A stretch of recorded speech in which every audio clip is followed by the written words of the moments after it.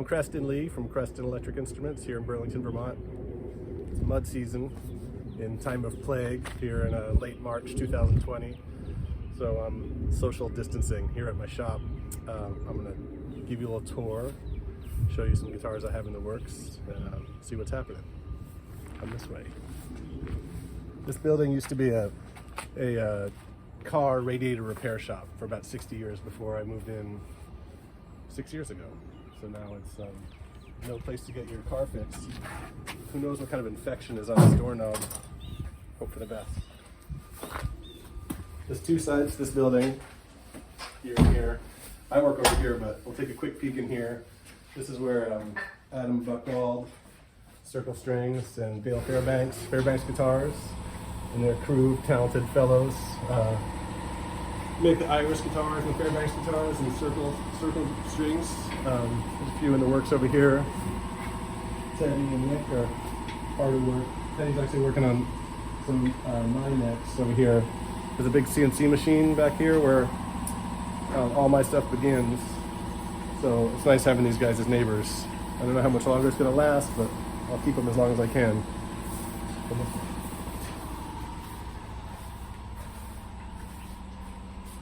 Here's the room where I do all the cutting up of wood.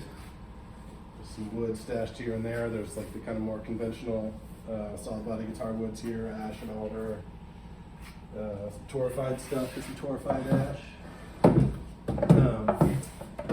This corner is a lot of remnants of a lot of salvage wood, stuff that people have sent me over the years, and they send me enough for 2 guitars and I make one and then I babysit for the second half. So here's a piece of spruce from somebody's childhood mantelpiece. Here's some apple wood from a tree that I used to climb. So we'll see if those ever actually become guitars. Over here is some spruce salvage from a house in Calais, Vermont. This from a plank frame house. Plank framing is like a post and beam kind of construction, but the planks, go between the beams, and it's the wall framing. So on one side there's clapboards, on the other side there's plaster, and the wood is like the insulation and the framing, which is a novel approach to keeping warm in a place that's winter for like 7 months of the year. Back here, some lined mahogany hiding. There's a couple of bodies that are waiting for binding. These guys next door will do because they're pros at putting binding on guitars, and I prefer to let them do it whenever possible. If anybody watching knows a good way to make these stick a little better, please let me know. Here's a guitar that I was making.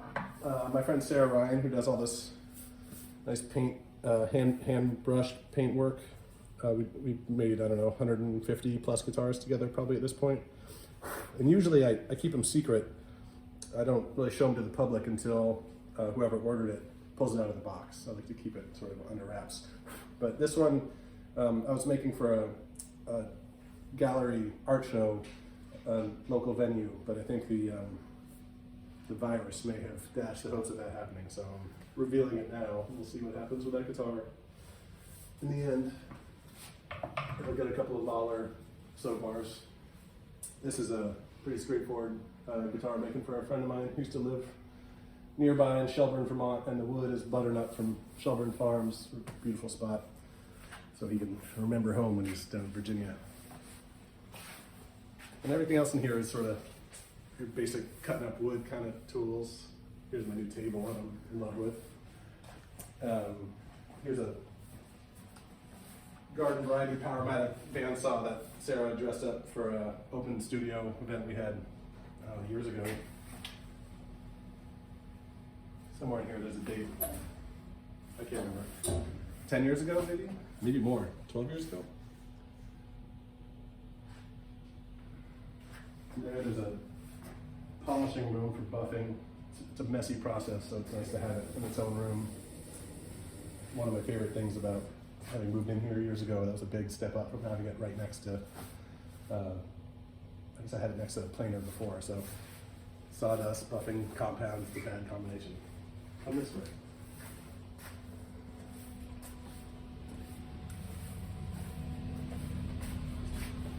Back here is the spray room. I do all the finish work.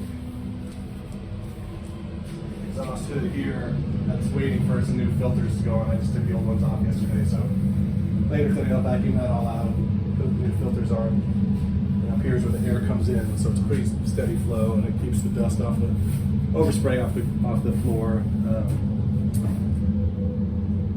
These are the ones I'm currently spraying. What can I tell you? Here's a finish I haven't done before. It's like green burst, kind of Japanese looking thing for a shape. I still haven't named. I've maybe made 15 or maybe even 20 of these guitars yet, but so far, maybe at like 50 I'll come up with a good name for the model. There's another one here made out of salvage spruce.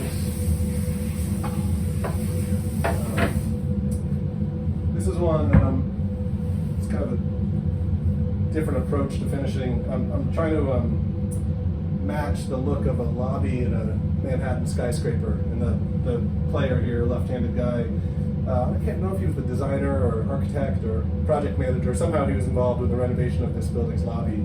So we're trying to match the look. So it has a very particular colored pickguard, kind of unusual thing. And rather than fill the pores and seal over it and lacquer over that, I'm trying this different approach to mimic this is ash, torrefied ash, but the lobby uses a lot of oak, similar kind of grain pattern. So I dyed it black with leather dye. Now I've sealed over it, and I'm sort of figuring it out as I go along, but I'm trying to keep the look of the open pores without actually having it topographically, have the lacquer sink in. So stay tuned and see how that one turns out. Short scale bass, out of some the salvage wood I showed you in the other room. Short scale baritone.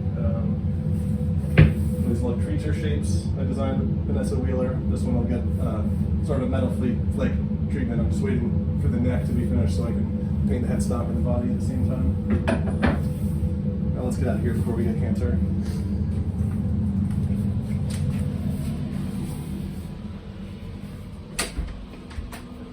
This is a assembly room where I do all the wiring and assembly. So here's my main bench. And over here is all the parts and pieces I use for electronics, all the different pots and switches and so on and so forth. We've got this cool Austin Hooks amp that I got after we met at the first Fretboard Journal Summit in Pescadero, whenever that was, 5-6 years ago. Chris Benson, Monarch Reverb, one of my few other pals in the business, but play that thing all the time. And then here's some of my own guitars, including this. This is one that Sarah and I made 10 plus years ago with a Gene Parsons B bender in the back, which I'm not that great at playing, but occasionally I'm using myself at bending the B, and then sometimes impose that on other people. And a couple other guitars that are sort of waiting to find homes. This one I'm going to have my friend Zack DuPont play for you in a minute so you can hear what an actual guitar sounds like. But that's the shop. I hope everybody stays healthy in this funny time, and thanks for taking a look around with me.